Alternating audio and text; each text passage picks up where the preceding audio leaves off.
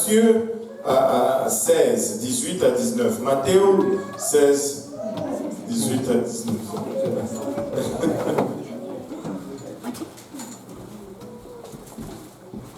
Matthieu 16, 18 à 19. On a lu. On ne refuse, c'est à l'écran. On ne refuse pas l'ordre de Matthieu. Amen. Lui ne blague pas. Et moi je te dis. Et moi je te dis que tu es Pierre et que sur cette pierre je bâtirai mon église. Et que les portes du séjour des morts ne prévaudront point contre elle. Et que les portes du séjour des morts ne prévaudront point contre elle. Continue le verset 19. Je te donnerai les clés du royaume des cieux. Ce que tu liras sur la terre sera lié dans les cieux. Et ce que tu délieras sur la terre sera délié dans les cieux. Wow. Il dit, et moi je te dis que tu es Pierre. Et que sur cette pierre, je bâtirai. Que tout le monde dise, je bâtirai. Alléluia. Bien entendu, on parle du Seigneur. Il dit qu'il va bâtir son église. Nous ne sommes que des outils pour la construction de l'église. Mais Dieu dit qu'il bâtira son église. Amen. Et que les portes de l'enfer ou les portes du séjour de mort ne prévaudront point contre elle. Et ceci ne signifie pas que nous sommes en train d'être attaqués par les portes de séjour de mort. Les portes, ce n'est pas une arme d'attaque, c'est une arme de défense. Amen. Ceci signifie tout simplement que l'Église attaque l'enfer. L'Église est en train de cogner contre les portes de l'enfer. Et ces portes ne vont pas résister aux assauts de l'Église. Nous allons briser les portes de l'enfer et nous allons aller arracher les âmes de nos bien-aimés, de nos amis qui sont captifs en enfer. Amen. Et il dit à Pierre, il dit, je te donnerai les clés du royaume des cieux. Ce que tu liras sur la terre sera lié dans les cieux. Et ce que tu délieras sur la terre sera délié dans les cieux. Et ici, Pierre, je dis alors, si Pierre a reçu les clés du royaume des cieux, si celui qui a les clés, c'est-à-dire qui ouvre les portes et qui ferme, nous devons obéir à ce qu'il dit et faire ce qu'il fait dans le livre des Actes. Logique, non? Tu sais, moi j'étais un très très bon catholique. Quand on était catholique, on allait à l'église, il y avait des Saint-Pierre. C'était toujours des vieux papas, un peu bédonnants, avec une espèce de ruban jaune, avec une clé, et c'était en fait des huissiers. Et ils avaient la clé, et on les appelait les Saint-Pierre. On élève Saint-Pierre au niveau du premier pape. On dit qu'il est le premier pape. Et on dit également que le pape est infaillible, n'est-ce pas? Donc il serait logique de suivre ce qu'il dit. Et il a reçu les clés. Donc nous devons faire attention à ce qu'il fait et porter attention à ce qu'il dit, de sorte que nous puissions faire ce qu'il fait et obéir à ce qu'il dit. Amen. Qu'est-ce que Pierre nous dit? Regardons le livre des Actes, chapitre 2, où l'Église est née. Dans Acte 1, la Bible nous dit que le jour de la Pentecôte, ils étaient tous ensemble dans le même lieu. Tous les apôtres étaient là, les disciples étaient là. Il y avait 120 personnes. 120 personnes dans cette chambre haute. 120 personnes. Ceux qui étaient témoins, la plupart ou tous étaient le témoin oculaire de Jésus-Christ. Là, parmi eux, il y avait sa mère, il y avait ses frères qui ont commencé à croire en lui. Ils étaient tous là dans cette chambre haute. Mais au verset 4, la Bible nous dit qu'ils furent tous remplis du Saint-Esprit et se mirent à parler en d'autres langues selon que l'Esprit leur donnait de s'exprimer. Et c'était le jour de la Pentecôte, c'était la naissance de l'Église. Et après cet événement qu'ils ont attendu pendant 10 jours, et c'est ce que nous allons expérimenter le dimanche prochain. Dimanche prochain, c'est la Pentecôte. Dis à ton voisin, c'est la Pentecôte. Il ne faut pas manquer d'être dans la chambre haute. Vous savez, il y a quelque chose de triste dans la Bible. Le jour que le Seigneur est monté au ciel, sur le mont des Oliviers, la Bible nous dit qu'ils étaient 500 personnes environ. 500 personnes ont vu les ressuscités. 500 personnes ont parlé avec lui. 500 personnes ont été témoins de son ascension vers le ciel. Sans moteur, sans corde, sans aile, rien. Il est juste monté comme ça, à leur vue. Ils l'ont regardé jusqu'à ce qu'il soit disparu dans les nuages. Et il y a eu des anges qui leur ont parlé à côté.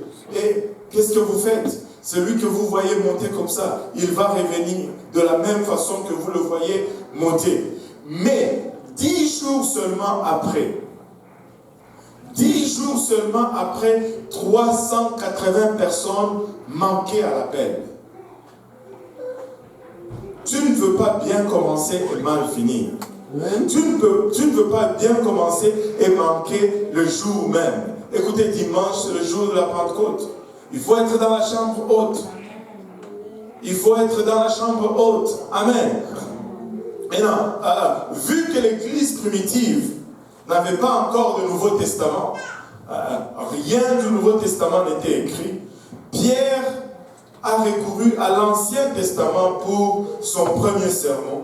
Il a cité Joël, il est allé dans le livre de Joël, et il a commencé avec Joël, il a terminé son message avec Jésus. Amen. Dans Actes 2, versets 16 et 17, lisons un peu. Actes 2, versets 16 et 17. Mais c'est ici ce qui a été dit par le prophète Joël. Alléluia, pose un peu. Les jours de la Pentecôte, lorsque le Saint-Esprit tombe et que tous les 120 commencent à parler en d'autres langues, et c'était comme un désordre, comme nous le voyons ici. Vous savez quoi? La même chose qui arrive aujourd'hui était arrivée en ce premier jour. Il y en a qui étaient là, qui se moquaient. Il y en a qui étaient là, qui disaient, mais c'est un désordre. Il y en a qui étaient là, qui disaient, mais qu'est-ce que signifie ceci? Et qui avaient soif de connaître. Et c'est alors que Pierre s'est levé et il a commencé à prêcher le tout premier message de l'Église. Acte 2, 16. Il dit, mais ces gens que vous voyez ici ne sont pas ivres comme certains le pensent. Parce qu'on les a même accusés d'ivresse. On les a accusés de toutes sortes de choses. Il dit, ils ne sont pas ivres comme vous le pensez parce qu'il est seulement 9 h du matin. Et il procède dans le verset 16, il dit, mais c'est ici ce qui a été dit par le prophète Joël. Amen. Verset 17. Dans les derniers jours, dans le dernier jour, dit Dieu, je répandrai de mon esprit sur toute chair. Je répandrai de mon esprit sur combien de chair? Toute chair. C'est la volonté de Dieu que toute chair soit remplie de son esprit. Pince-toi un peu. Aïe. Ouch. Donc, est-ce que tu as senti? Aïe, aïe. Donc tu es une chair. Si tu as senti, tu es une chair. Et la Bible dit, dans le dernier jour du Dieu, je répandrai de mon esprit sur toute chair. Vos fils et vos filles prophétiseront. Vos jeunes gens auront des visions. Et vos vieillards auront des songes. Et vos vieillards auront des songes. Là, il inclut toutes les générations, il inclut tous les genres, de peur qu'on puisse dire un jour, non, le Saint-Esprit, c'est seulement pour les hommes, ce n'est pas pour les filles. Écoutez, c'est aussi pour les filles. Ce n'est pas pour les jeunes, c'est pour les vieux. Non, tu peux arriver pour la première fois aujourd'hui dans la présence du Seigneur et recevoir le Saint-Esprit. On m'a raconté comment le mercredi, c'était le mercredi soir, il y a une fille qui est venue. Mardi soir, une fille qui est venue pour la première fois ici à l'église se faire baptiser. On l'a baptisée au nom de Jésus-Christ dans l'eau. On a une piscine en arrière. C'est parce que le baptême veut dire vraiment plonger ou tremper ou immerger. On baptise, on n'asperge pas. Amen. Et on va voir tout ça aujourd'hui. Le pasteur a vous expliqué comment après l'avoir baptisé, ils ont prié pour elle. Elle voulait recevoir le Saint-Esprit. Il dit juste la main sur la tête comme ça, on commence à prier et puis le parler en langue sort. Elle a commencé à parler en langue instantanément, Dieu rencontre la soif. Si tu as soif de Dieu, Dieu va te rencontrer, Dieu va te remplir de son esprit, car c'est sa volonté que toute chair soit remplie de l'Esprit Saint. Amen. Et regardez, si on continue au verset 21 du même chapitre, verset 21, acte 2, verset 21. Acte 2, 21. Alors, quiconque invoquera le nom du Seigneur Jésus sera sauvé. Alors, quiconque invoquera le nom du Seigneur Jésus sera sauvé. Que veut dire quiconque? Je n'ai pas dit King Kong. Quiconque. Que veut dire quiconque? Tout le monde, n'importe qui. Peu importe ta grandeur, ta petitesse, ta largeur, ta minceur, ta couleur de la peau, peu importe qui tu es, tes origines, ce que tu as fait ou ce que tu n'as pas fait, mais si tu invoques le nom du Seigneur Jésus, tu seras sauvé. Maintenant, il faut comprendre cela. Amen. Il faut comprendre cela. Il dit, quiconque invoquera le nom du Seigneur Jésus sera sauvé. Maintenant, pour ce faire, nous devons savoir, premièrement, qui est le Seigneur Jésus, pour que nous puissions invoquer son nom. Il dit, quiconque invoquera le nom du Seigneur, c'est quoi son nom? Et il faut que je l'invoque. Maintenant, comment on invoque le nom du Seigneur? Ce n'est pas parce que je dis seulement Jésus, bon, je suis sauvé, boum. Ce n'est pas ça.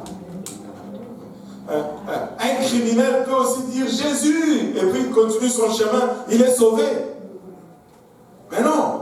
Qu'est-ce que ça veut dire? C'est quoi le nom du Seigneur? Et comment invoquer le nom du Seigneur? Qui est le Seigneur d'abord? Je dois le connaître. Et après cela, je dois invoquer son nom. Mais comment est-ce que je vais invoquer son nom? Et c'est ce que nous allons regarder tout à l'heure. Pierre, après avoir dit cela au verset 21, il procède en donnant ou en décrivant l'identité du Seigneur Jésus-Christ. Il veut s'assurer que ces gens qui étaient là, son auditoire, connaissent et réalisent qui est Jésus. Regardez Acte 22, le verset 22, la suite. Ok Pierre, on continue, comme c'est toi Pierre. Homme israélite, écoutez ces paroles. Écoutez ces paroles. Jésus de Nazareth, cet homme à qui Dieu a rendu témoignage devant vous. Qu'est-ce qu'il est en train de faire? Il est en train de présenter qui est le Seigneur. Amen.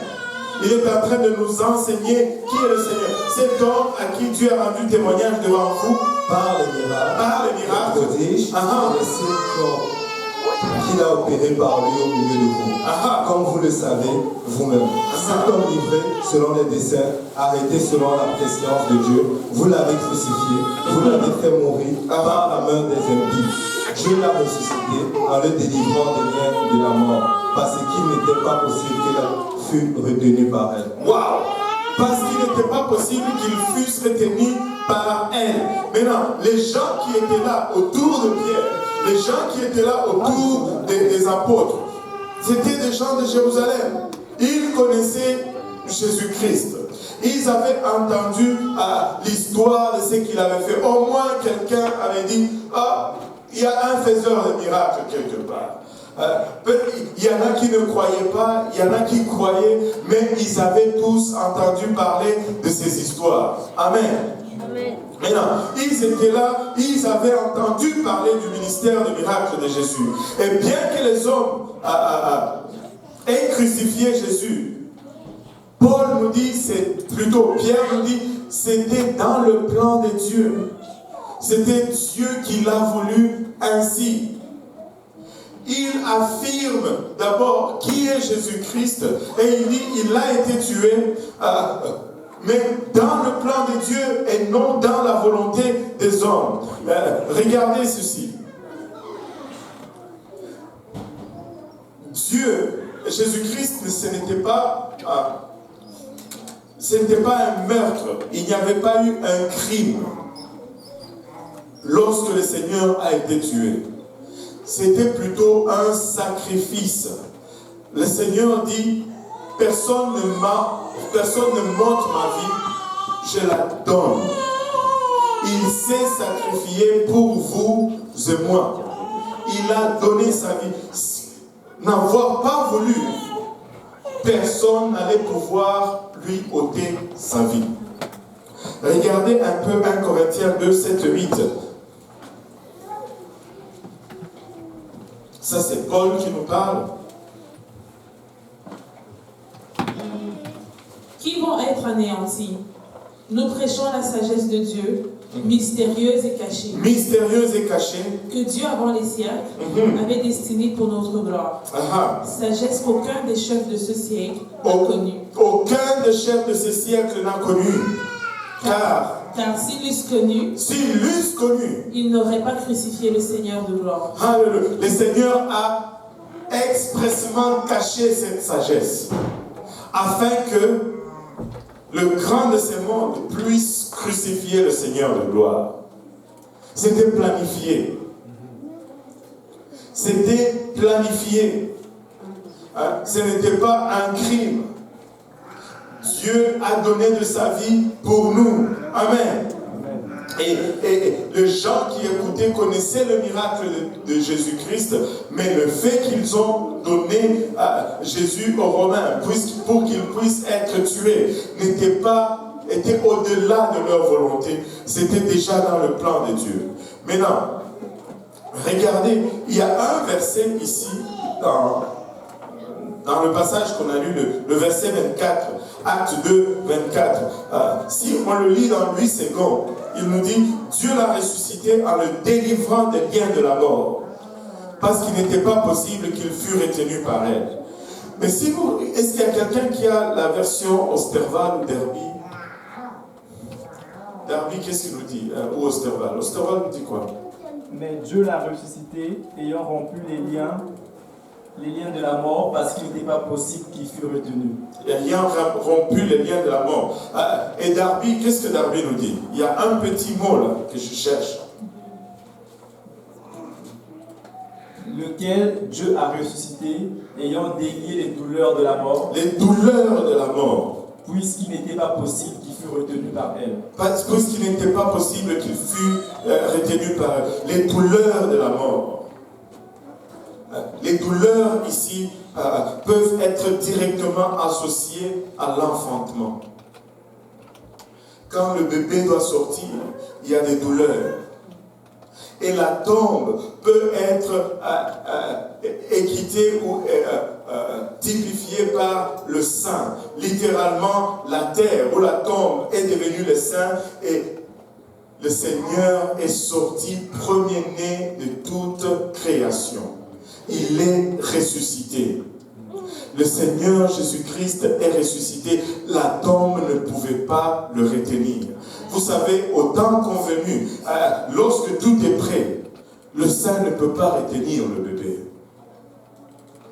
Mais avant que le bébé sorte, il y a beaucoup de douleurs. Beaucoup de douleurs.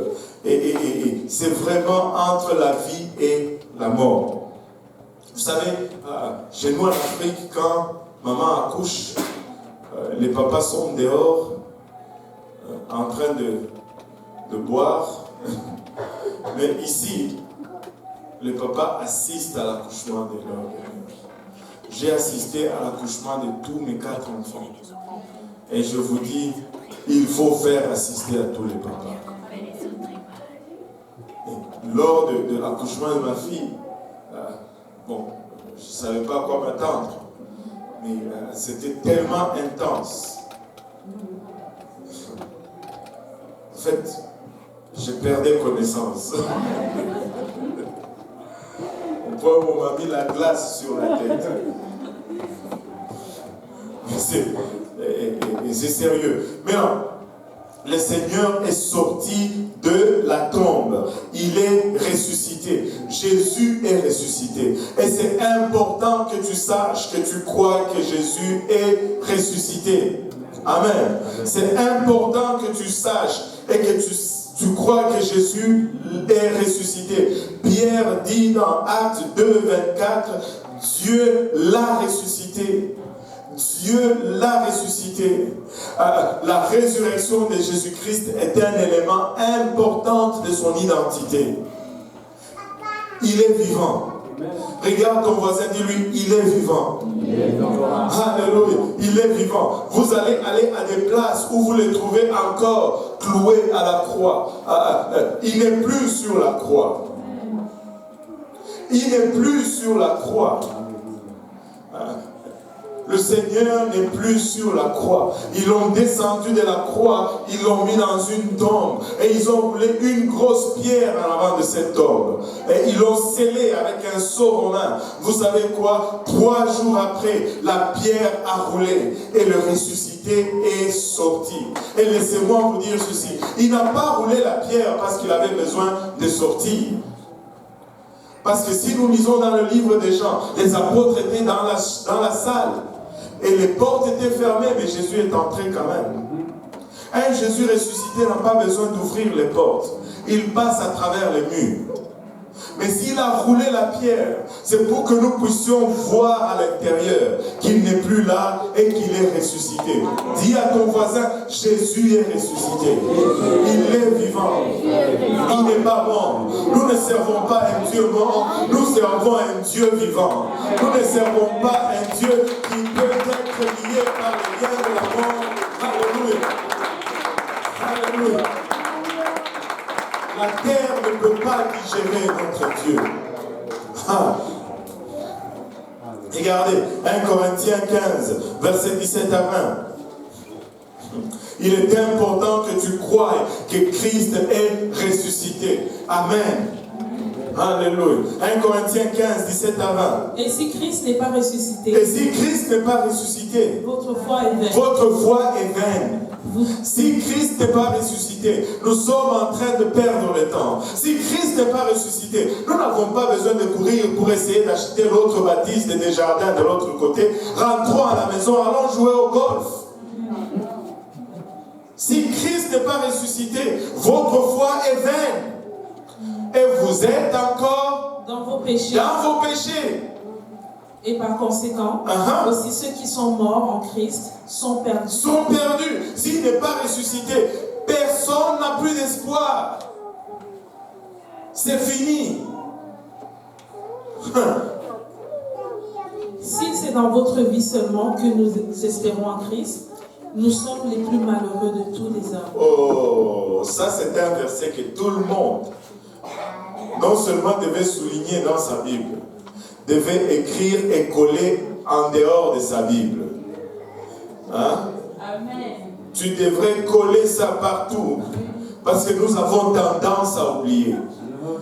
Tu pries pour, je ne sais pas, quelque chose, Dieu dit non, là c'est la panique.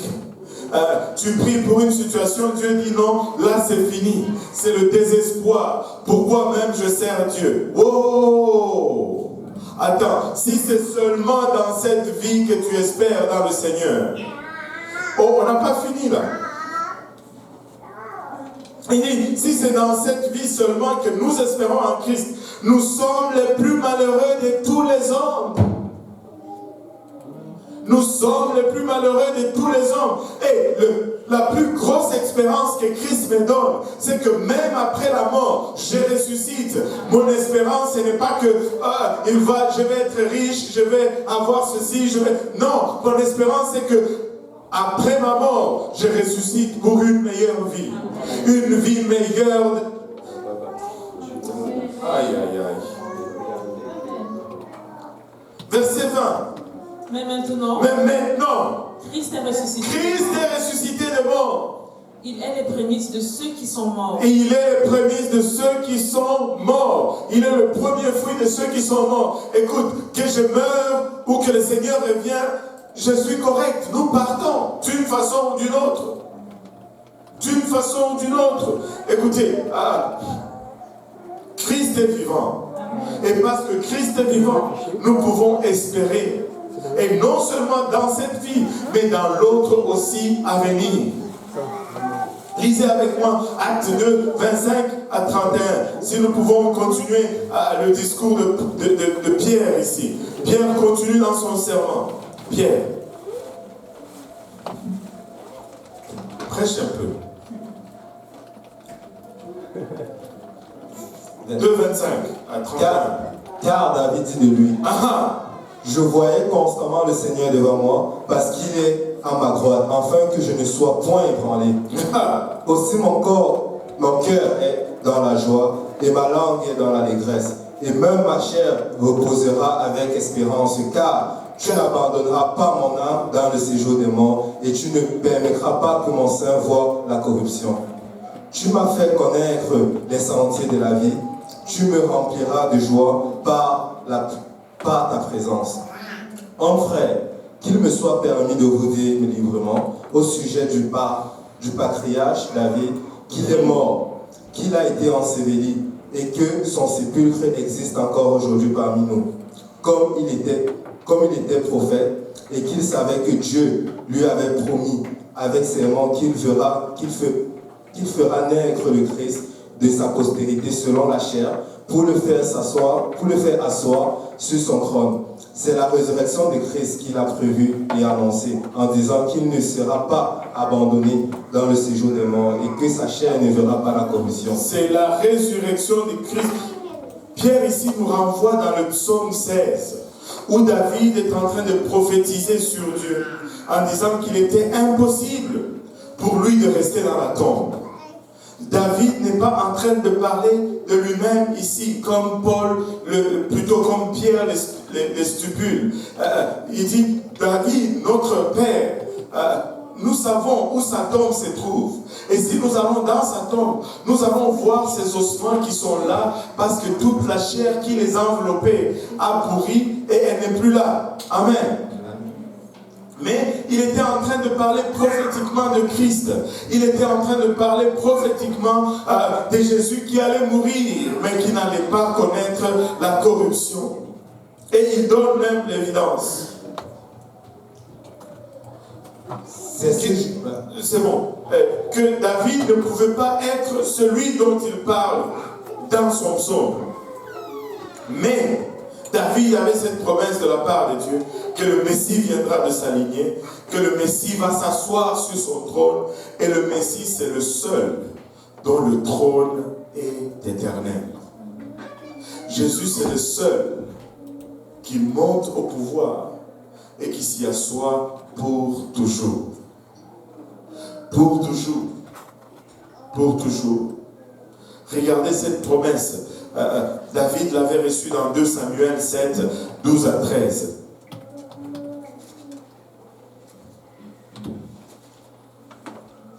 « 2 Samuel 7, 12 à 13.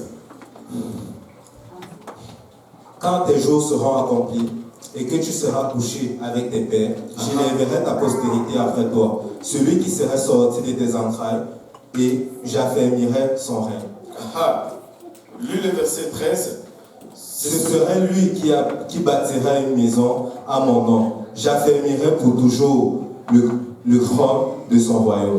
Alléluia. J'affermirai pour toujours le trône de Salomon, plutôt de son royaume. On pourrait se tromper ici en pensant que ça parle de Salomon parce qu'il parle du temple, de la construction du temple. Oui, les prophéties ont toujours une double application. Ça parle de Salomon en ce qui concerne la prophétie du temple. Mais le Seigneur Jésus-Christ dit ceci: détruisez ce temple en un jour, je le reconstruirai en 3 jours. Il parle d'un temple que la main des hommes n'ont pas construit. Et c'est le seul dont le règne n'a pas de fin. Il dit, et j'affermirai pour toujours le trône de son royaume. Amen. Acte 2, 32. Pierre continue à prêcher ici. Il est en train d'expliquer qui est Jésus-Christ toujours. 32 à 35. C'est ce Jésus que Dieu a ressuscité. C'est Jésus que Dieu a ressuscité. Nous en sommes tous témoins. Alléluia. Élevé par la croix de Dieu, il a reçu du Père le Saint-Esprit qui avait été promis et qu'il a répandu comme vous le voyez et l'entendez. Car n'est point monté au ciel, mais il dit de lui-même, le Seigneur a dit à mon Seigneur, assieds-toi à ma droite, jusqu'à ce que je fasse de tes ennemis ton marchepied. Que tout... Voilà. On fait une pause là-bas. Il dit, c'est Jésus que Dieu a ressuscité. Nous en sommes tous témoins. Et personne ne pouvait nier le fait. Il dit, il est élevé par la droite de Dieu. Il a reçu du Père le Saint-Esprit qui avait été promis. Et il l'a répandu comme vous le voyez et l'entendez. Hein? Comme vous le voyez et l'entendez. On entend toujours celui qui reçoit le Saint-Esprit. Hein? Car David ne point monté au ciel, mais il dit lui-même, le Seigneur a dit à mon Seigneur, assis-toi à ma droite, jusqu'à ce que je fasse de tes ennemis ton marchepied. Ce que Pierre veut dire ici, c'est que Jésus a dit que s'il allait au ciel, il allait envoyer le Saint-Esprit. Souvenez-vous, Jésus a dit, il faut que je m'en aille, et lorsque je m'en vais, je vais vous envoyer le Consolateur, l'Esprit de vérité. Attendez jusqu'à ce que vous soyez enduits de la puissance d'en haut. Ne vous éloignez pas de Jérusalem jusqu'à ce que vous recevez ce que le Père a promis. Amen. En plusieurs places, nous voyons Jésus recommander aux apôtres d'attendre jusqu'à ce qu'ils reçoivent. Il dit, il faut que je m'en aille. Si je ne m'en vais pas, la promesse ne va pas venir. Maintenant, Pierre, qu'est-ce qu'il est en train d'essayer de dire ici? Il est en train d'essayer de dire ceci. Jésus a dit que s'il monte dans le ciel, il va envoyer le Saint-Esprit. Amen. Donc si on a le Saint-Esprit, c'est que Jésus n'est plus mort. Il est déjà ressuscité et il est au ciel. Parce que comme il avait dit, s'il monte au ciel, il va nous envoyer le Saint-Esprit. Donc si nous recevons le Saint-Esprit aujourd'hui, ça veut dire que Jésus est ressuscité et qu'il est monté au ciel. Et qu'il est monté au ciel. Il est vivant. Il est vivant. Il est vivant. Maintenant, regardez, 1 Pierre 3,22. 1 Pierre 3,22. Ça, c'est une prophétie, une prophétie de David dans le psaume 110. 1 Pierre 3,22. Qui est à la droite de Dieu depuis qu'il est allé au ciel et que les anges, les autorités et les puissances lui ont été soumis. Waouh! Quelle prophétie! Qui est à la droite de Dieu depuis qu'il est allé au ciel et que les anges, les autorités et les puissances lui ont été soumises? Waouh! Les anges, les autorités et les puissances lui sont soumises. Il est allé au ciel. Maintenant, il cite ici un des passages du psaume 110, là où David dit l'Éternel. Et le mot éternel ici, c'est Jéhovah. Dis à mon Seigneur. Et le mot Seigneur ici, c'est Adonai. Assis-toi à ma droite jusqu'à ce que je fasse de tes ennemis ton marchepied. Maintenant, quand les gens regardent ceci, ils disent, voilà, il y avait Dieu et qui dit à Jésus, viens t'asseoir ici à ma droite et je vais faire de tous tes ennemis tes marchepieds. Amen. Ce n'est pas tout à fait cela. Parce que Dieu est esprit. Amen. Dieu est esprit. Et Dieu est omniprésent. Dieu est partout en même temps. Allô? Dieu n'a pas de droite ni de gauche. Laissez-moi vous mettre dans une situation ici, une mise en situation. Combien croient que Dieu est parmi nous ici? La présence de Dieu est avec nous ici. Moi, je le crois. Alléluia. Maintenant, là où vous êtes assis, êtes-vous à la gauche ou à la droite de Dieu? À la gauche et à la droite de Dieu. Êtes-vous à la gauche ou à la droite de Dieu? Les deux. Si Solange est à la gauche de Dieu, alors Carrie serait à la droite de Dieu. Alors Dieu serait juste dans l'allée ici. Et il ne serait pas de l'autre côté. Or, il est omniprésent. Quand on dit la droite de Dieu, ce n'est pas un bras. Ce n'est pas une position géographique, si je peux utiliser ce terme de l'école, que j'ai lâché il y a longtemps. Ce n'est pas une situation géographique.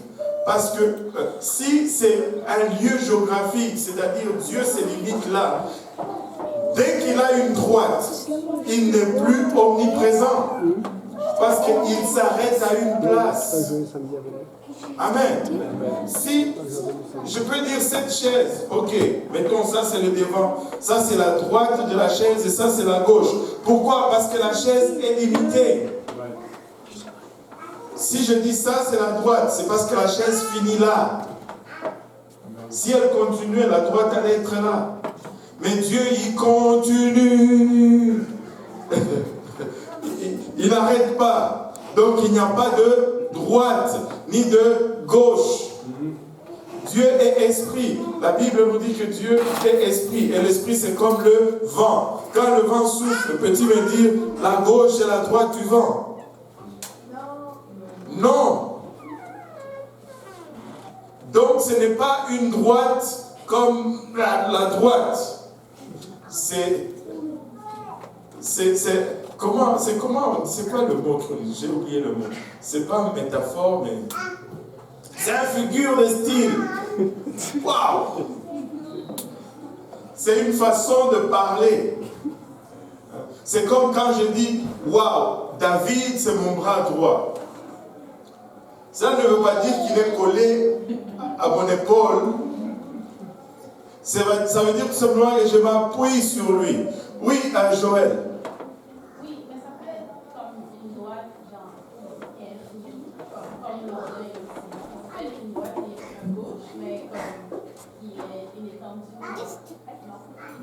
Si c'est une étendue de droite, où est-ce qu'elle commence? Par où est-ce qu'on va délimiter qu'à partir de ceci, c'est la droite, et à partir de là, c'est la gauche?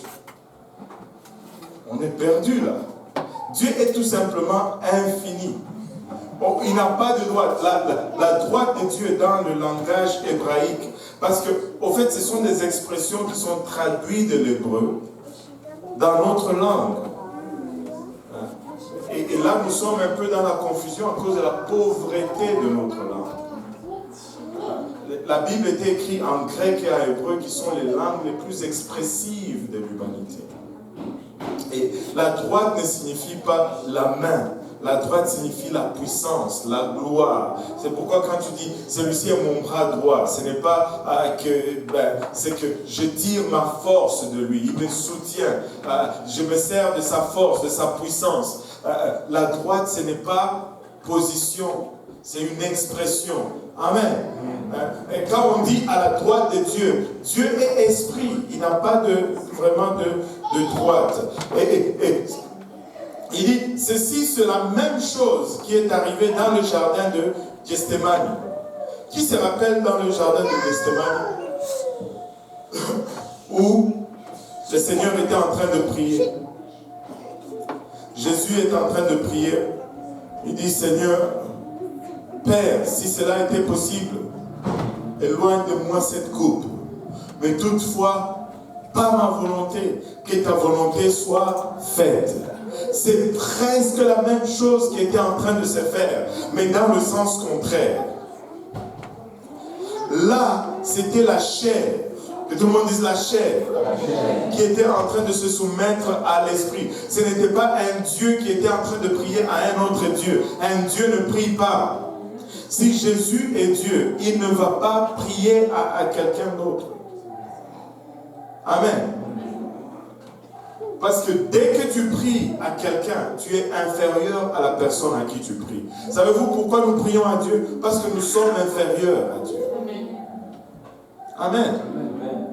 Or, si on dit que Jésus prie à Dieu, cela le fait automatiquement inférieur à Dieu.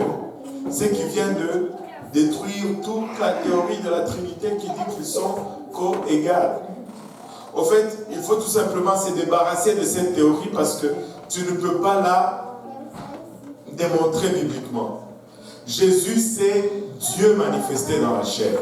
Jésus, c'est la chair que Marie a conçue et qu'il a donné naissance. Mais après, une fois cette chair formée, l'Esprit de Dieu, toute la plénitude, Colossiens 2:9, toute la plénitude de l'Esprit de Dieu est venue habiter dans cette chair.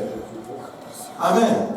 Et quand on dit la plénitude de l'Esprit de Dieu, cela ne veut pas dire que l'humanité s'est vidée de l'Esprit de Dieu et tout l'Esprit de Dieu s'est retrouvé dans le corps de Jésus-Christ. Non, Dieu reste omniprésent, mais tous les attributs de Dieu se sont retrouvés dans la personne de Jésus-Christ. Il pouvait agir en tant que Dieu. Il pouvait parler et faire comme Dieu. Amen. Parce que Dieu était en lui. La Bible nous dit, Dieu était en Christ, réconciliant le monde avec lui-même, dans le livre des Actes. Dieu était en Jésus-Christ. Amen. Et maintenant, la chair que Marie a donné naissance, c'était une chair comme la nôtre. C'était une chair comme moi, c'était une chair comme toi. Si tu tirais une flèche dans le corps de Jésus-Christ, il mourrait. Parce que la chair était chair. Il n'a pas triché avec la chair. Pourquoi est-ce qu'il a fait une chair comme la nôtre? Parce qu'il voulait nous montrer comment vaincre le péché dans une chair qui est semblable à la nôtre. Si sa chair était supérieure à la nôtre, ça n'allait nous servir à rien. Amen. Il nous a montré comment vaincre le péché dans une chair qui est semblable à la nôtre. C'est pourquoi il était en tout point égal à nous. Il était humain à 100%. Jésus s'est fatigué. Oh, Dieu ne se fatigue pas. Jésus dormait. Oh, Dieu ne dort pas. Mais c'est sa chair qui dormait. Comme homme, il pouvait dormir. Comme chair, il se fatiguait. Mais comme Dieu, il connaissait toutes choses. Comme Dieu, il était partout en même temps. Comme Dieu, il pouvait lire les pensées des hommes. Savez-vous, seul Dieu peut lire les pensées de l'homme. Et Jésus pouvait te regarder et savoir tout ce que tu pensais. Waouh, ça fait peur. Heureusement qu'il ne nous a pas donné ce pouvoir. Imaginez-vous, pasteur passe, il regarde et dit personne ne va plus venir à l'église. Alléluia. Mais seul Dieu peut lire nos pensées. Amen. Et vous savez, il était Dieu. Et ce qui s'est passé dans le jardin, je voulais dire,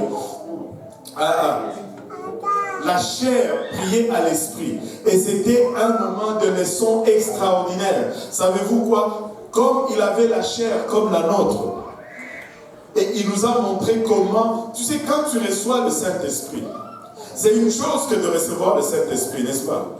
Mais le livre de Romains 8:14, si je ne m'abuse, nous dit, ceux qui sont conduits par l'Esprit sont fils de Dieu.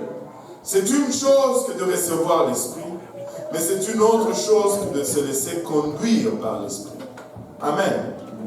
Maintenant, tu peux avoir l'Esprit, mais si ta chair n'est pas soumise au Saint-Esprit qui est en toi, tu n'es pas fils de Dieu. Romains 8:14. Car tous ceux qui sont conduits, que tout le monde dise conduits, conduits par l'Esprit de Dieu sont fils de Dieu. Je peux avoir le Saint-Esprit, mais si je fais toujours à ma tête, le Saint-Esprit ne va pas me forcer à faire ce qu'il veut que je fasse. Parce qu'il est un gentleman. Amen. Mais je dois soumettre ma chair à l'Esprit qui est en moi. La seule façon de soumettre ta chair à l'Esprit qui est en toi, la prière. La prière. Si tu ne pries pas, ta chair ne sera jamais soumise à l'Esprit de Dieu qui est en toi. Jamais. Et c'est pourquoi, même pour prier, il faut forcer la chair. Tu peux chanter, mais quand vient le temps de prier, toutes les excuses viennent. Tu peux faire n'importe quoi, mais le temps de se mettre à genoux et de commencer à prier. Wow, c'est là qu'il faut faire ceci, c'est là qu'il faut faire cela. Et avant que tu le réalises, c'est le temps de dormir. Oh, je vais prier 2 fois demain. Arrête de mentir. si on commence à compter, tu prierais pour tout le restant de ta vie, sans arrêt, pour récupérer tout ce qui... Donc commence à en faire un jour à la fois et n'en cumule pas. Parce que sinon la dette devient trop grande pour payer. Et si Jésus, en qui la plénitude de Dieu résidait, devait prier pour que sa chair soit soumise à l'esprit, combien d'avantages nous? S'il a prié, c'est pour que, en priant, il a soumis la chair à l'esprit. Mais une fois qu'il a soumis la chair à l'esprit, il a gagné la victoire. Et lorsqu'il a gagné la victoire, il est monté au ciel. Maintenant, l'esprit, que tout le monde dise l'esprit. L'esprit a remis tout pouvoir maintenant à cette chair. Et c'est ce que Pierre est en train de dire. Il règne. Jésus est dans la place d'autorité aujourd'hui. Il est dans la place d'autorité. Et il règne et il régnera. Et quand nous allons au ciel, c'est lui que nous allons voir. Quand nous cherchons Dieu, c'est Jésus que nous allons voir. Nous n'allons pas voir autre chose. Amen. Alléluia. Regardez ceci. Matthieu 22, 41-45.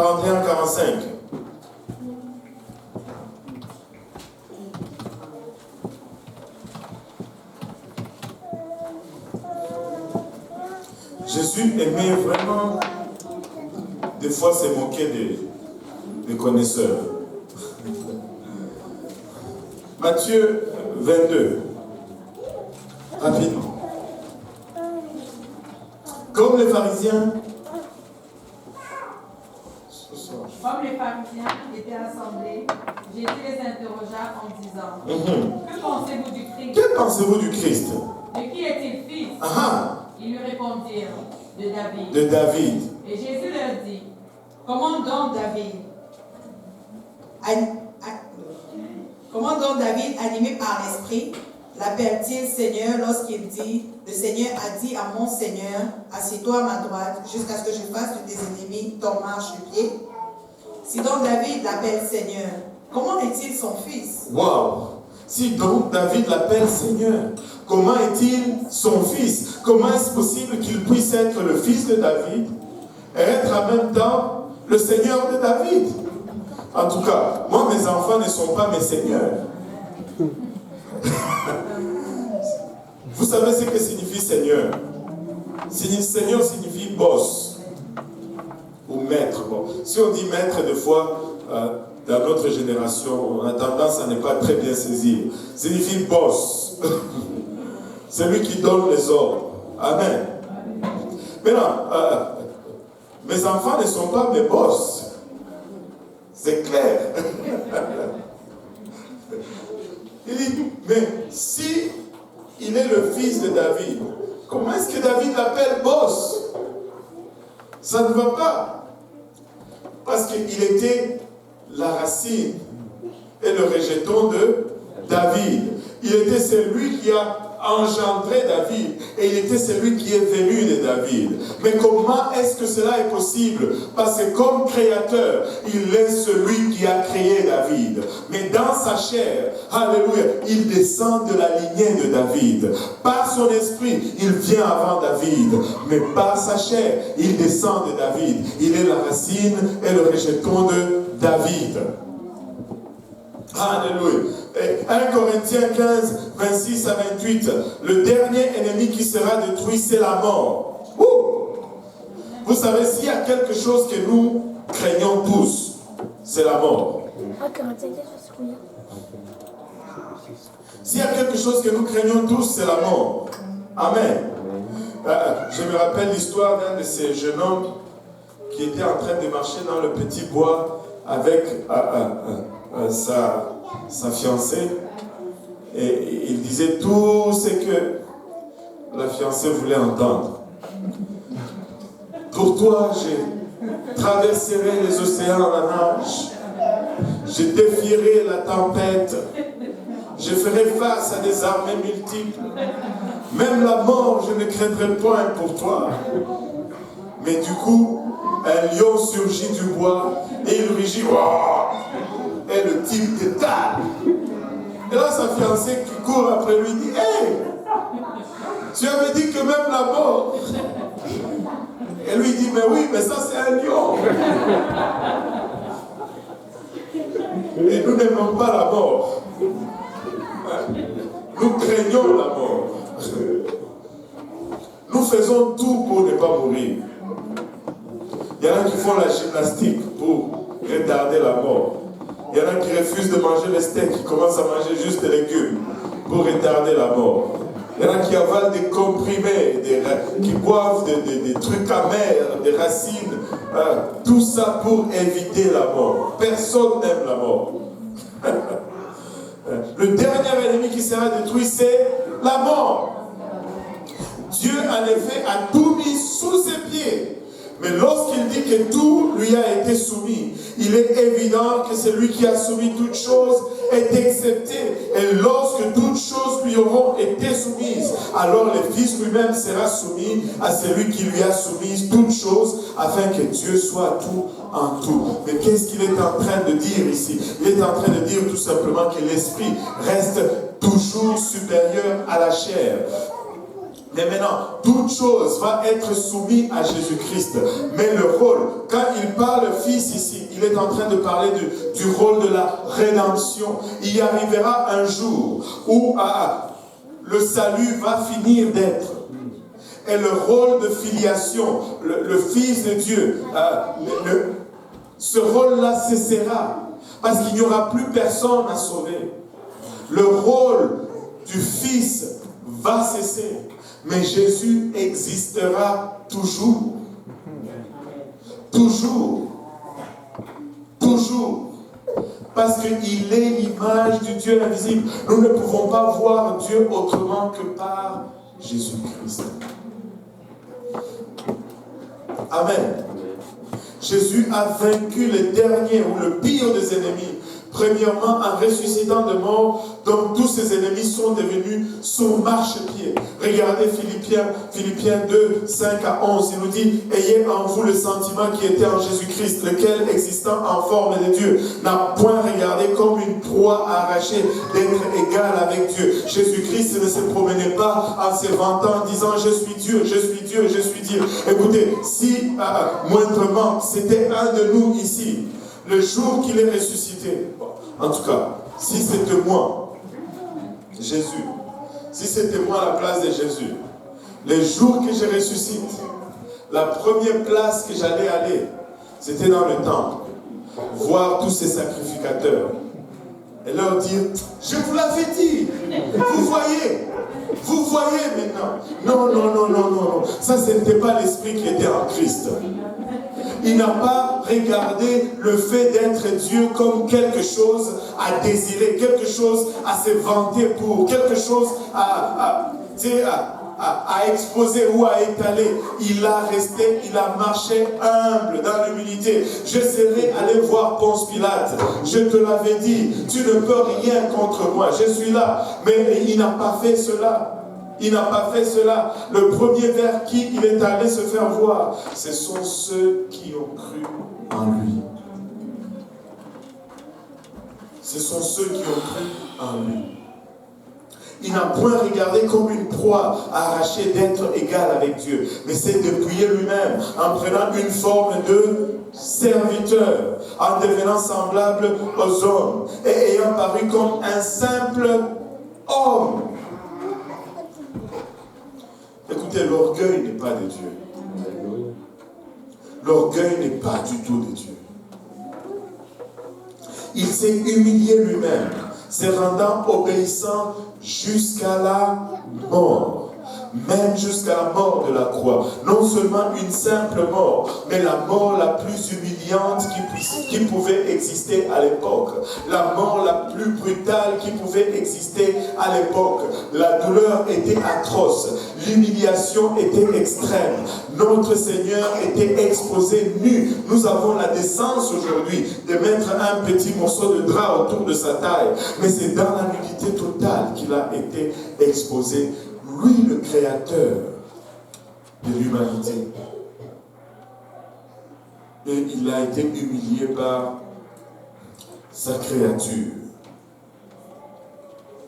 C'est pourquoi, après qu'il s'est humilié comme ça, après qu'il s'est soumis à ce point-là, c'est pourquoi, que tout le monde dit c'est pourquoi. C'est pourquoi aussi Dieu l'a souverainement élevé et lui a donné le nom qui est au-dessus de tout. Il lui a donné le nom qui est au-dessus de tout. Non. De tout nom. Le nom maintenant. Nous sommes arrivés au nom. Nous connaissons maintenant qui est Jésus, mais nous sommes en train d'arriver maintenant au nom que nous devons invoquer. Amen. Vous savez, j'ai toujours donné ce dicton. Dans le royaume de Dieu, c'est le contraire, comparativement au royaume de ce monde. Dans le monde, pour monter, tu grimpes. Mais dans le royaume de Dieu, pour monter, il faut que tu descendes. Si tu veux descendre, il faut que tu montes. Et je l'ai toujours dit souvent comme ça. Dans le royaume de Dieu, on monte en bas et on descend en haut.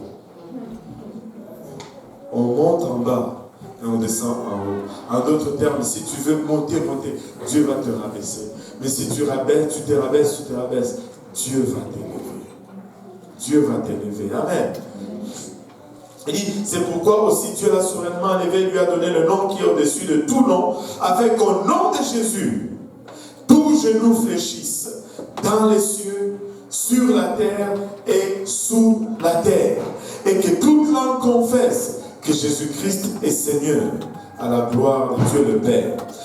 Regardez Pierre qui continue ici dans Acte 2:36, il dit que toute la maison d'Israël sache donc avec certitude, que toute la maison d'Israël sache donc comment avec certitude que Dieu a fait Seigneur et Christ, c'est Jésus que vous avez crucifié. C'est lui que vous avez crucifié, c'est lui le Messie, c'est lui le Christ, c'est lui le Seigneur, c'est lui l'envoyé de Dieu.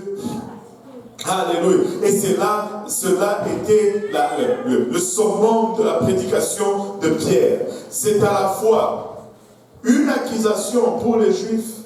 Vous l'avez crucifié. Mais c'est lui le Messie. C'est lui le Messie.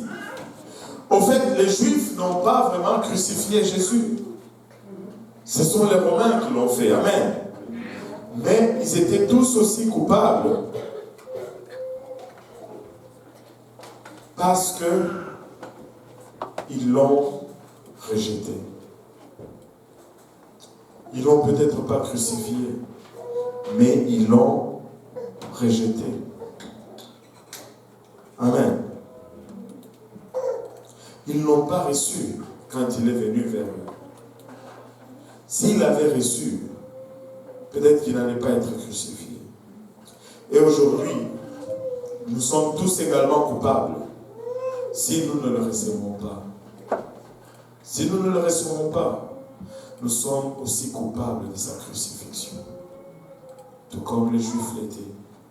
Jean 1, 10 à 13 nous dit, elle était dans le monde, et le monde a été fait par elle, et le monde ne l'a point connue.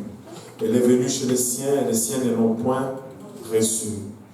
Mais, à tous ceux qui l'ont reçu, à tous ceux qui l'ont reçu, à tous ceux qui l'ont reçu, à ceux qui croient en son nom, elle a donné le pouvoir de devenir enfants de Dieu. Lesquels sont nés, non du sang, ni de la volonté de la chair, ni de la volonté de l'homme, mais de Dieu. Dieu qui est esprit. Pierre leur a dit qui était le Seigneur. Et maintenant, il va leur dire comment invoquer le nom du Seigneur, de sorte que leurs péchés puissent être pardonnés. Et vu que Pierre a reçu les clés du royaume, nous ferions mieux de porter attention et de faire exactement ce qu'il dit, si nous voulons aussi être sauvés. Amen. Amen. C'est logique, non? Alors qu'aujourd'hui, aujourd'hui, de nombreux groupes chrétiens prêchent l'évangile. Que tout le monde dise l'évangile. Plusieurs prêchent l'évangile, la bonne nouvelle. Mais pas beaucoup prêchent la façon biblique d'obéir à l'évangile. C'est une chose que de prêcher l'évangile. Et c'est une autre chose que de prêcher la bonne façon d'y obéir. On peut prêcher l'évangile, mais si on ne prêche pas la façon biblique d'obéir à l'évangile, on n'accomplit pas grand-chose. Vous savez, de savoir et de croire n'est pas suffisant. Je peux croire et je peux savoir, mais ce n'est pas suffisant. Je peux savoir que si je veux devenir un médecin, il faut que je me fasse inscrire à l'UDM en médecine. Je ne sais pas s'ils ont le programme de médecine à l'UDM. Ouais, ok. Ouais, je ne savais pas. Je peux savoir qu'il y a un programme de médecine à l'UDM. Et je peux croire qu'en faisant, je ne sais pas quoi, 10 ans d'études là-bas, je serai médecin. Et je le crois, mais cela ne fait pas de moi un médecin. Aussi longtemps que je ne m'inscris pas, aussi longtemps que je ne fais pas ces cours et que je les réussisse, je ne serai jamais médecin. Je le crois, que si tu vas là-bas, tu sors médecin. J'espère que vous le croyez aussi. Est-ce que ça fait de vous un médecin? Croire, ce n'est pas suffisant. Nous devons obéir aux commandements. Et le mot grec dans le Nouveau Testament, duquel on a traduit croire, ne signifie pas seulement de connaître mentalement, ne signifie pas seulement une assertion mentale ou une connaissance mentale de quelque chose. Le mot croire ici est synonyme d'engagement, de contrat, de soumission. Croire comme croire si fortement en quelque chose que je fais quelque chose.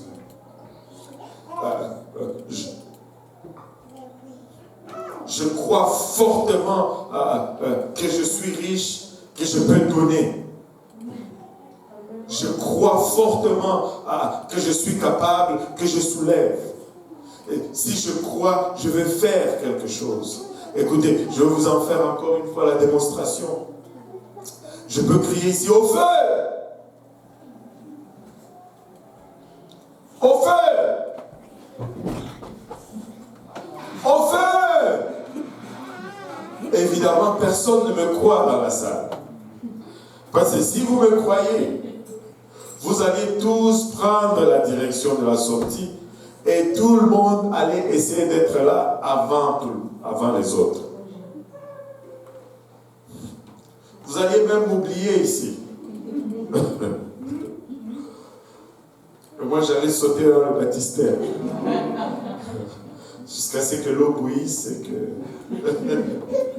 Et là, vous êtes dit, oh non, pasteur, fini. Alléluia. Mais parce que vous ne m'avez pas cru, vous n'avez pas bougé de là où vous êtes. Mais si vous aviez cru que la bâtisse était vraiment un feu, vous ne seriez pas là en train d'entendre la voix qui vous parle là maintenant. Amen. C'est ce croire-là qui est dans la Bible. Qu'est-ce que l'évangile de toute façon? L'apôtre Paul le définit spécifiquement et nous laisse savoir qu'il y a 3 parties à cette bonne nouvelle ou à cet évangile. Regardez 1 Corinthiens 15, 1 à 4. Il dit, je vous rappelle, frères, l'évangile. Que tout le monde dise l'évangile. L'évangile que je vous ai annoncé, que vous avez reçu, dans lequel vous avez persévéré. Que tout le monde dise persévérer. Et par lequel vous êtes sauvés, au verset 2. Que tout le monde dise sauvés. Nous sommes sauvés par l'évangile. Redonne-moi le verset 1, s'il te plaît. Il dit, je vous rappelle, frère, l'évangile que je vous ai annoncé, que vous avez reçu. Je vous ai annoncé l'évangile et vous l'avez reçu, dans lequel vous avez persévéré. Non seulement il faut le recevoir, mais il faut persévérer dans l'évangile. Amen. Et après, il dit, par lequel, verset 2, D'accord. Et par lesquels vous êtes sauvés. Nous sommes sauvés par l'évangile. Et si vous le retenez tel que je vous l'ai annoncé, en français ça veut dire si tu l'as reçu et tu n'as rien changé à cette affaire.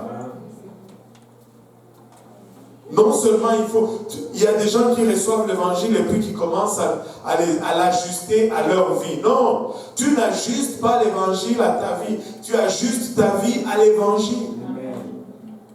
Si tu ne la gardes pas telle qu'elle, autrement vous auriez cru en... Vous auriez cru en... Écoutez, ils disent aujourd'hui, crois seulement et tu es sauvé.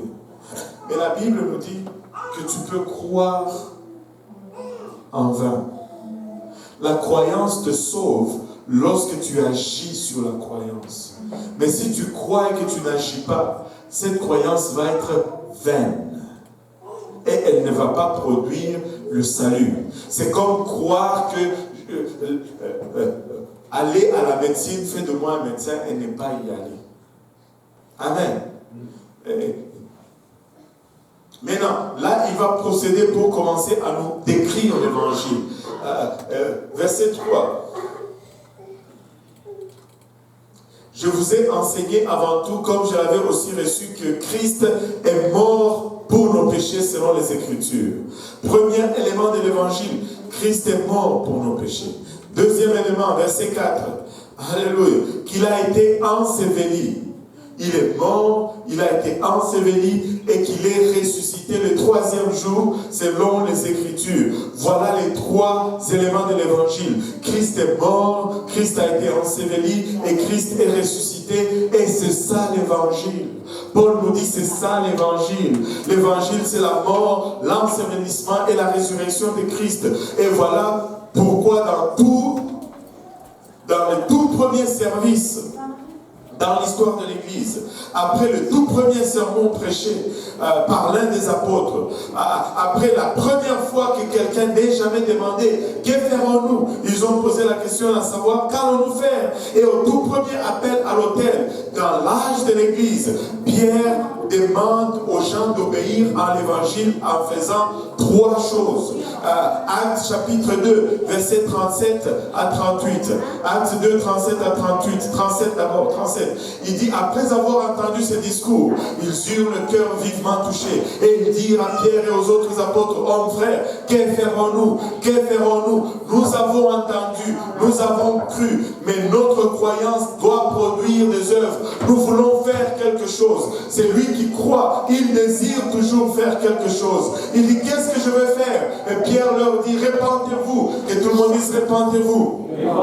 La repentance, c'est la première chose que Pierre leur dit. Et que chacun de vous soit baptisé au nom de Jésus-Christ pour le pardon de vos péchés. Pas au nom du Père et du Fils et du Saint-Esprit, au nom de Jésus-Christ pour le pardon de vos péchés. Ça, c'est la deuxième des choses. Et la troisième des choses, et vous recevrez le don du Saint-Esprit. Trois éléments, et c'est là les trois éléments d'obéissance à l'évangile. La repentance, c'est l'obéissance à la mort de Jésus-Christ. Jésus est mort pour moi, moi je dois me repentir pour lui. La repentance, c'est la mort dans ma volonté, afin que la volonté de Jésus puisse vivre en moi. J'ai marché dans une direction, j'ai volé, j'ai menté, j'ai triché, je faisais toutes ces choses, j'ai buvais, j'ai fumais, mais je fais repentance, je me retourne. La repentance signifie un demi-tour. Je ne vole plus, je ne marche plus, je ne trompe plus, je ne bois plus, je ne fume plus. Tu ne peux pas continuer à marcher dans ton ancien chemin si tu veux suivre Dieu. Il faut que tu te repentes. Jean-Baptiste dit, répentez-vous, sinon vous allez périr dans vos péchés. Jésus-Christ nous dit, répentez-vous, sinon vous périrez également dans vos péchés. Pierre nous dit, répentez-vous. Paul nous dit, répentez-vous. Sans la repentance, il nous est impossible de lui être agréable. Dieu ne nous sauve pas dans nos péchés, il nous sauve dès nos péchés. Nous devons nous repentir. Nous devons nous repentir. Nous devons mourir à nous-mêmes. La deuxième chose, après la mort, nous devons être baptisés. Et le mot baptême, baptisé, vient du grec baptizo, qui veut dire tremper, plonger ou immerger. C'est pourquoi nous avons une piscine ici, au lieu d'un bol. Ce n'est pas une aspersion. Quand quelqu'un meurt, on ne le couche pas à terre et puis on prend une poignée de terre, pouf, on jette dessus. Ça, ce n'est pas un enterrement. Le baptême, c'est un ensevelissement. Romains 6, si je ne m'abuse, 4 nous dit, nous sommes tous ensevelis avec lui par le moyen du baptême. Nous avons donc été ensevelis avec lui par le baptême en sa mort. Le baptême est un ensevelissement. Tu dois être plongé complètement dans l'eau et le nom de Jésus-Christ invoqué sur toi. Acte 22, 16. Que tardes-tu? Lève-toi et fais-toi baptiser en invoquant le nom du Seigneur. C'est comme ça que tu invoques son nom pour être sauvé. Et quand tu sors de l'eau, ou même avant que tu ne rentres dans l'eau, si tu viens avec un cœur repentant, et cela peut arriver avant ou après le baptême, bibliquement ça arrive comme ça, et de nos jours ça arrive aussi également comme ça. Tu pries à ton Dieu, tu élèves tes mains et tu l'adores tout simplement du profondeur de ton cœur. Ton adoration doit venir de tes entrailles, non de ta tête seulement. Si tu l'adores seulement, et tu n'as pas besoin de multitude de mots, un simple mot peut te faire remplir du Saint-Esprit. Le simple Alléluia peut te faire remplir du Saint-Esprit. Tu l'adores seulement. Et quand tu adores Dieu, tu connectes à ce qui se passe autour du trône. L'Esprit de Dieu va venir, va habiter en toi. Et lorsque l'Esprit de Dieu entre, tu vas commencer à parler en d'autres langues comme l'Esprit va donner de t'exprimer. Et c'est ça, ce qu'ils ont vu et ce qu'ils ont entendu. Les gens ont reçu le Saint-Esprit. Et tu peux recevoir le Saint-Esprit aujourd'hui, ici même. Et tu vas parler en d'autres langues, comme l'Esprit te donne de t'exprimer. Amen. Obéir à l'Évangile signifie se repentir, se faire baptiser d'eau et recevoir le baptême du Saint-Esprit. Ce sont là les clés et c'est comme ça qu'on les applique. Regardez, car la promesse est pour vous, au verset 39 de Acte 2, car la promesse est pour vous, pour vos enfants et pour tous ceux qui sont au loin, en aussi grand nombre que le Seigneur notre Dieu les appellera. Et par plusieurs autres paroles, il les conjurait et les exhortait, disant, sauvez-vous de cette génération perverse. Ceux qui acceptèrent sa parole furent le jour de la Pentecôte. Ils furent baptisés. Ils ont obéi. Et en ce jour-là, le nombre de disciples s'augmenta d'environ 3000 âmes. 3000 baptêmes le même jour. Je ne sais pas comment ils l'ont fait, mais je suis sûr qu'ils étaient occupés pour longtemps. Amen. Et la Bible nous dit au verset 33, qu'est-ce que je vais dire? Au verset 39, la Bible nous dit, car la promesse du Père est pour vous, les Juifs, pour vos enfants, c'est encore des Juifs, mais aussi à tous ceux qui sont au loin, en aussi grand nombre que le Seigneur les appellera, notre Dieu les appellera. Ça veut dire les Canadiens, les Haïtiens, les Congolais, les Portugais, les Italiens, et tous ceux qui sont au loin, en aussi grand nombre que le Seigneur notre Dieu les appellera, c'est-à-dire le païen. Ce n'était pas encore arrivé. Il fallait attendre jusqu'au chapitre 10 pour le voir arriver. Mais c'est arrivé éventuellement. Le premier païen sont entrés dans l'église. Et savez-vous comment ils ont su qu'ils sont entrés dans l'église? Parce qu'ils les ont entendus parler en langue. Et cette parole s'est accomplie. Ephésiens 2, 13. Une fois les Juifs étaient loin des païens ou des gentils. Une fois il y avait un mur de séparation entre nous. Mais Ephésiens 2, 13 nous dit, mais maintenant en Jésus-Christ, vous qui étiez jadis éloignés, vous avez été rapprochés comment? Par le sang de Jésus-Christ. Et Ephésiens 2, 18, 19 nous dit, car par lui nous avons les uns et les autres accès auprès du Père dans un même esprit. Ainsi donc, si vous n'êtes plus des étrangers ni des gens du dehors, mais vous êtes concitoyens des saints, gens de la maison de Dieu. Et le verset 40 dit par plusieurs autres paroles. Il nous dit, sauvez-vous de cette génération perverse. Pierre n'a pas arrêté sa prédication en Actes 2, 39 ou 38. Parce que la nouvelle naissance, c'est juste une naissance dans le royaume de Dieu. Encore faut-il grandir et obéir au commandement de Dieu pour être sauvé de notre génération perverse. Amen. Le verset 42 nous dit, il persévérait dans l'enseignement des apôtres, dans la communion fraternelle, dans la fraction de pain et dans les prières. La crainte s'emparait de chacun et il se faisait beaucoup de prodiges et de miracles par les apôtres. Tous ceux qui croyaient étaient dans le même lieu. Ils avaient tous en commun. Ils avaient tout en commun. Ils vendaient leurs propriétés et leurs biens. Et ils en partageaient le produit entre tous, selon le besoin de chacun. Ils étaient chaque jour tous ensemble, assidus au temple. Ils rompaient le pain dans les maisons et prenaient leur nourriture avec joie et simplicité de cœur, louant Dieu et trouvant grâce auprès de tout le peuple. Et le Seigneur ajoutait chaque jour à l'Église ceux qui étaient sauvés. Vous savez, quand nous lisons ce passage comme ça, nous ne voyons même pas ce que Pierre est en train de nous dire. Mais qu'est-ce que Pierre est en train de nous dire là-dedans? Pierre est en train de nous dire que l'Église primitive a fait plus que convertir les gens. L'Église primitive n'était pas là juste pour convertir les gens, mais l'Église primitive faisait des disciples de ces gens qu'ils convertissaient. C'est-à-dire, ils investissaient littéralement tout ce qu'ils avaient dans l'Église ou dans les convertis. Ils ne gagnaient pas seulement une âme et le laissaient. Non. Ils n'étaient pas dans les affaires de conversion. Ils étaient dans l'affaire de discipola. C'est discipola. Peu importe le mot compliqué. Les chrétiens que vous rencontrez dans le livre des Actes ne se contentez pas de se rencontrer seulement une fois par semaine pour avoir un service comme d'habitude. Il y en a qui pensent que quand ils viennent à l'église le dimanche, ils ont fait une bonne chose. C'est correct, mais c'est juste correct. Si c'est seulement ça que tu fais.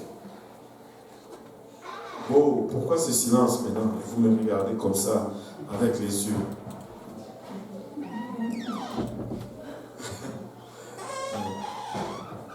Ils ne se contentaient pas seulement d'un service le dimanche.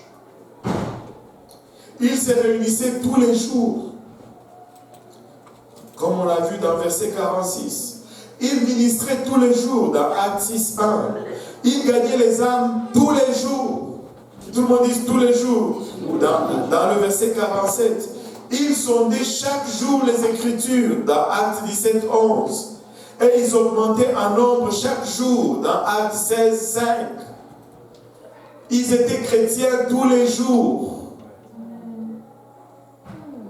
Ils étaient chrétiens lundi, mardi, mercredi, jeudi, vendredi, samedi, dimanche. Et après une semaine, ils recommençaient encore. Lundi, mardi, mercredi, jeudi, vendredi, samedi, dimanche. Que tout le monde dise tous les jours. Tous les jours. Quand nous faisons ce que nous sommes censés de faire quotidiennement, alors Dieu fait ce que lui seul peut faire aussi tous les jours. Si nous faisons ce que nous sommes supposés faire tous les jours, Dieu va faire aussi ce qu'il est supposé faire tous les jours. Si nous prions tous les jours, Dieu va guérir tous les jours. Si nous donnons tous les jours, Dieu va nous bénir tous les jours. Si nous évangélisons tous les jours, Dieu va ajouter à l'église tous les jours. Tous les jours. Ils étaient chrétiens tous les jours. Ils n'étaient pas chrétiens seulement le dimanche. Amen.